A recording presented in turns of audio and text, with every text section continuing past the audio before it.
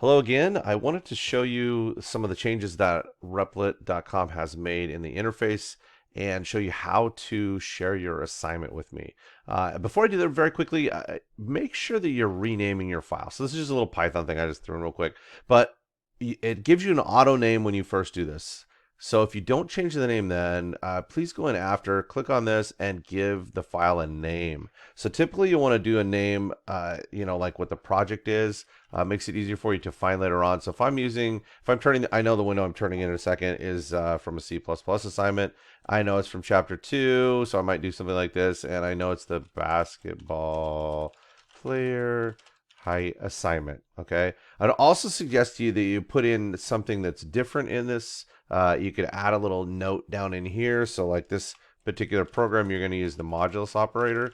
Makes it easier to find things later on when you're like, oh wait, how did I do that again?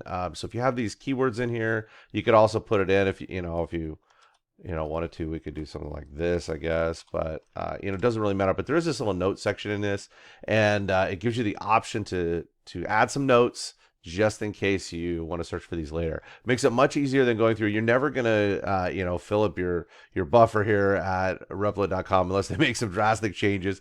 But you pretty much have unlimited save ability here. So as soon as you click away, it will rename that for you. Also, don't forget about forking. Okay, so when you click on this, the fork option is here, and we choose fork. That is our copy and paste, puts a brand new program in here.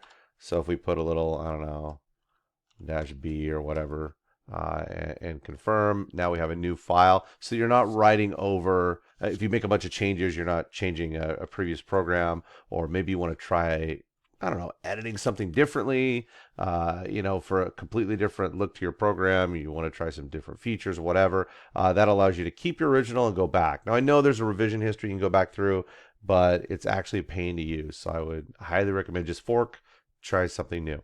Okay, so let's talk about turning in your assignments. We had the old share button, that's gone. They've replaced it with something called invite. And that button is over here. Oh, please make sure your code executes properly too. So when you run it, make sure it does what it's supposed to do. And then you're going to come over here and click on invite.